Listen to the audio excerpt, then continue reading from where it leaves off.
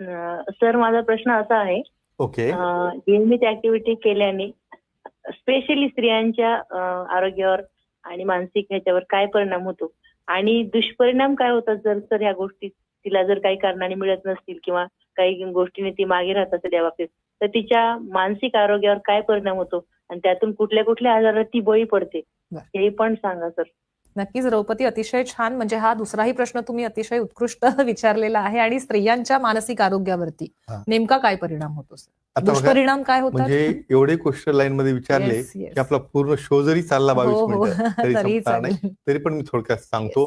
आणि ही रियालिटी आहे की नाही, म्हणजे कुणीतरी विचार करणं आवश्यक आहे की नाही की समोरच्याला काय पाहिजे, नाही मिळालं तर काय होतं आणि समोरच्याचं स्वास्थ्य कसं बिघडत चाललेलं आहे सांगूया आपण. हार्मोन्स हे आपल्या बॉडीचे सॉफ्टवेअर आहेत आणि ही बॉडी हार्डवेअर आहे. हे बघा, एकदा माणूस मनाने खचला ना, तो कसल्या औषधानेही वर येत नाही. ऍक्टिव्हिटी केल्याने काय होतं, त्यामध्ये अतिशय चांगल्या प्रकारचे हे ऑक्सिटोसिन, डोपामिन तयार झाल्यामुळं त्या ठिकाणी तुम्हाला डिप्रेशन येत नाही. डिप्रेशनमध्ये नैराश्य येत नाही. का?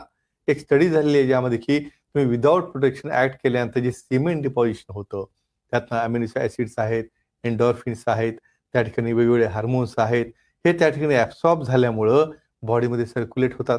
त्यामुळं त्यांची जी नैराश्यात जाण्याची जी प्रॉब्लेम असतो त्यातनं त्या बाहेर येतात.